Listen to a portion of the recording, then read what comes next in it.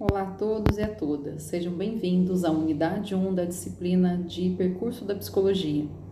Hoje vamos falar sobre as origens da psicologia como ciência e também sobre algumas escolas psicológicas que surgiram logo no início e também que são vigentes até hoje. Bom, primeiramente, para compreendermos como surge a psicologia, é importante entendermos que os assuntos da psicologia e da psique já eram falados por dentro da filosofia. Entretanto, houve um longo caminho para que a psicologia se constituísse como ciência. Como que isso ocorre? Nossos textos trazem algumas concepções que ajudam, algumas ideias que ajudam a compreender esse processo.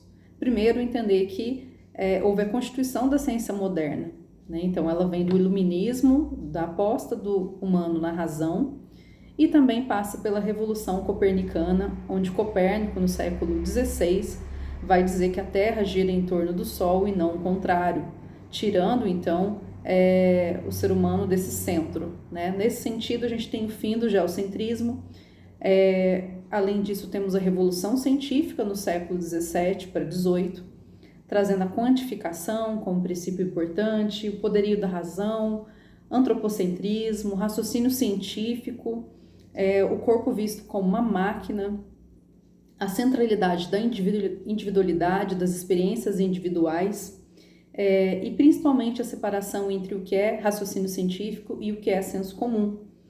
A divisão das várias disciplinas, então as ciências vão se constituindo pouco a pouco, né? Então pensando a biologia, todas elas, a física, elas vão se constituindo, vão se separando. E tudo se torna objeto de estudo científico no século XIX, principalmente com o positivismo de Auguste Comte.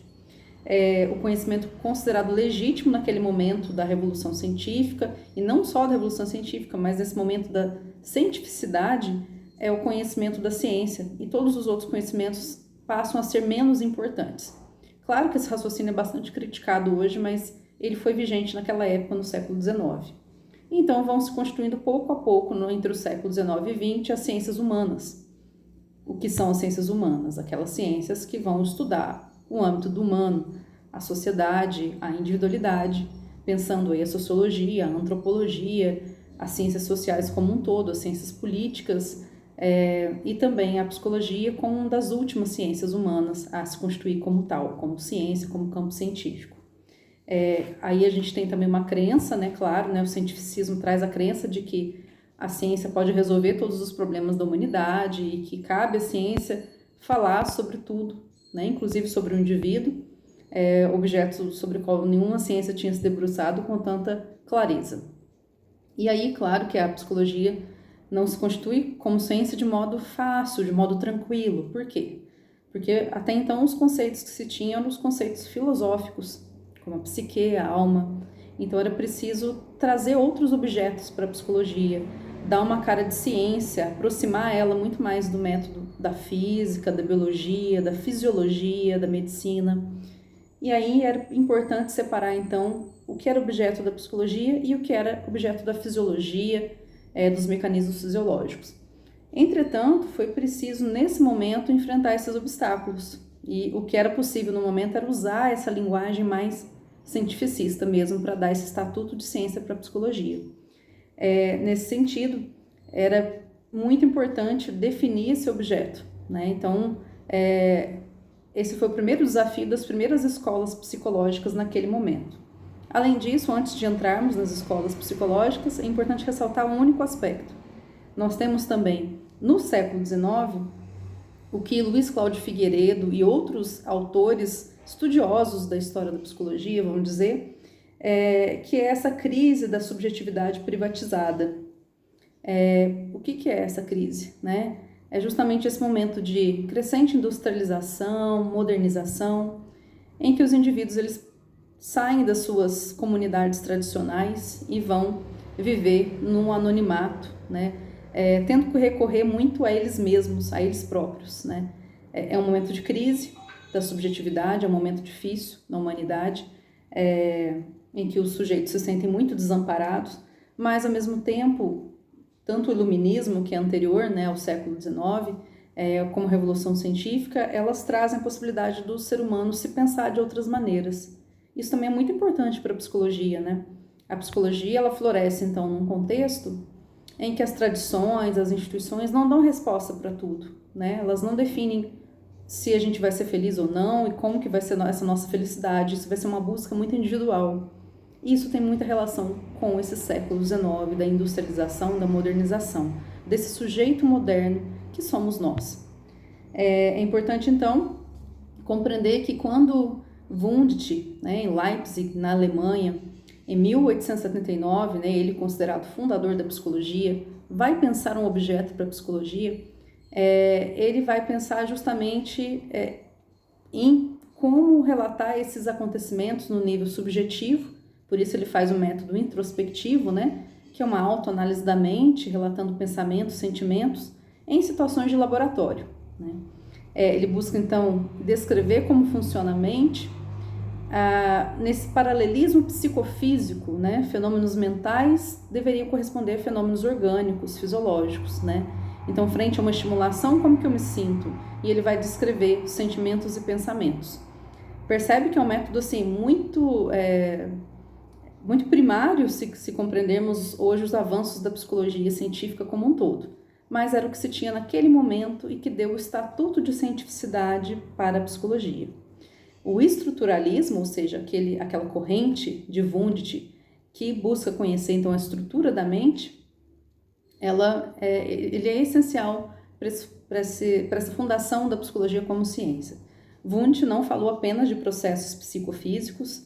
Wundt também falava um pouco sobre a psicologia das massas, a psicologia dos povos, na Volcker Psychology, quando ele falou sobre como que os povos desenvolvem suas culturas, suas línguas, e fez um compilado disso. Então, ele também é considerado um dos pais fundadores da psicologia social nesse aspecto. Podemos citar também outras escolas muito importantes, como o funcionalismo de William James, que não se dá na Alemanha, se dá nos Estados Unidos, que é uma escola muito mais pragmática, ou seja, de um pensamento muito mais pragmático americano. Ele tem um livro Princípios da Psicologia, de 1890, onde ele vai buscar compreender o funcionamento da consciência, entendendo que há influência aí das teorias evolucionistas naquela época, né? E a ideia dele de compreender o funcionamento da consciência é para compreender como os seres humanos podem se adaptar melhor ao meio. Ele é, portanto, precursor aí do behaviorismo, né? Bastante pragmatista, né? A gente também tem a escola da Gestalt, que é fundada por várias pessoas ao mesmo tempo, e tem Kurt Lewin como um dos seus expoentes principais, né? E aqui que a Gestalt nos fala? A Gestalt nos fala que a consciência, ela percebe os eventos na totalidade. Sabe aquelas figuras onde você olha de uma maneira, você vê um desenho, você olha de outra, você vê outro desenho?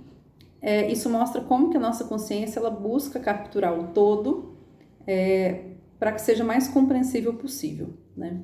E aí a Gestalt estuda, sobretudo, como que funciona esse mecanismo da consciência, como que a consciência ela vai lançando mão de insights, né, para compreender esse campo perceptivo.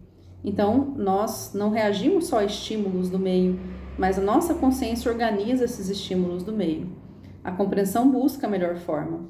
O Kurt Lewin, conhecido por sua teoria do campo, ele fala desse fenômeno da percepção, mas ele também é estudioso de grupos. Então, ele é um autor bastante citado em psicologia de grupos.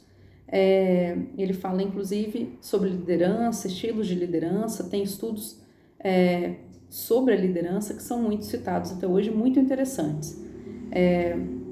A Gestalt tem uma base fenomenológica. A fenomenologia ela vem da filosofia e que fala dos fenômenos percebidos pela consciência, por esse ser consciente.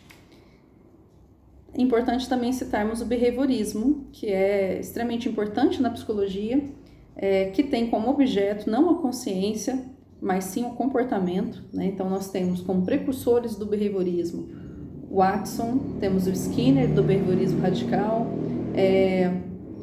entre outros autores importantes, como Pavlov, que vai falar sobre o condicionamento, sobre o comportamento respondente, E o que em suma, o behaviorismo nos traz, né? Que o objeto de estudo da psicologia é o comportamento e que é preciso estudar as condições ambientais que levam a determinados comportamentos. Então, o foco já não é a mente, mas sim os estímulos, o ambiente que leva a determinados comportamentos, né? O behaviorismo é a base hoje da TCC, que é a Teoria Cognitivo-Comportamental, e também da análise do comportamento. Além disso, o behaviorismo influenciou muito a psicologia como um todo, e também a aplicação da psicologia em contextos outros, como empresas, hospitais e escolas. Além disso, vamos citar aqui a psicanálise também como uma escola muito importante na psicologia, que também é contemporânea aí do behaviorismo, entretanto desenvolvida na Áustria por Sigmund Freud. Freud era médico, neurologista, e é a partir das experiências clínicas com pacientes que ele consegue desenvolver e compreender e desenvolver mesmo como um campo de estudo a psicanálise, né? A psicanálise, ela traz um avanço de compreensão sobre o ser humano a partir da compreensão do inconsciente, né, e da estrutura do psiquismo, de como esse psiquismo se configura, desse aparelho psíquico. A psicanálise também traz um importante arcabouço sobre o desenvolvimento infantil, né, pensado na dinâmica da afetividade, da sexualidade e considerando o desenvolvimento infantil não como algo linear, mas dinâmico. E a psicanálise é extremamente influente no mundo. Além disso, é importante a gente citar aí como uma última escola muito importante, que a gente pode dizer como uma terceira via aí, né, além do behaviorismo, da psicanálise, a gente tem então como uma terceira via muito influente, muito importante, que é o humanismo, né? O humanismo, ele é desenvolvido a partir de 1930 por Maslow, nos Estados Unidos, e desenvolvido posteriormente por Carl Rogers, né, que desenvolve então a ACP, abordagem centrada na pessoa, né? A compreensão de Maslow era também muito direcionada às necessidades humanas, entender como elas funcionam, necessidades fisiológicas, de segurança, de pertencimento, de estima e de autorrealização. E que a gente só chega a buscar por essa necessidade de autorrealização se as outras necessidades dessa pirâmide já tiverem sido satisfeitas, né? Então, a primeira necessidade nossa é fisiológica, depois vem segurança, pertencimento, estima e autorrealização. E que a nossa motivação está ligada à satisfação também nessas necessidades.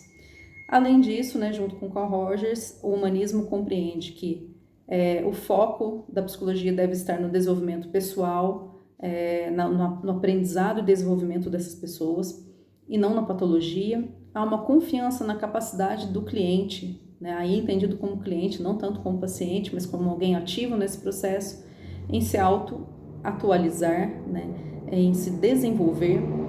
A terapia ela é centrada no cliente e também nessa relação terapeuta-cliente, considerando que o indivíduo é autodeterminado e procura caminhos para sua realização. Em suma, qual é o verdadeiro objeto da psicologia? Vai depender de sua matriz teórica, né? Portanto, a gente vê vários objetos dentro da psicologia e aí está justamente a riqueza da psicologia, né? A existência de várias matrizes implica também a existência de várias metodologias, de várias aplicações, e isso é muito importante entender que é impossível estudar o ser humano senão a partir de uma pluralidade, porque o ser humano é um objeto muito complexo e não seria uma única teoria que conseguiria explicar ele como um todo. E por isso essa riqueza da psicologia em compreender também que todas as teorias e todas as metodologias são muito importantes.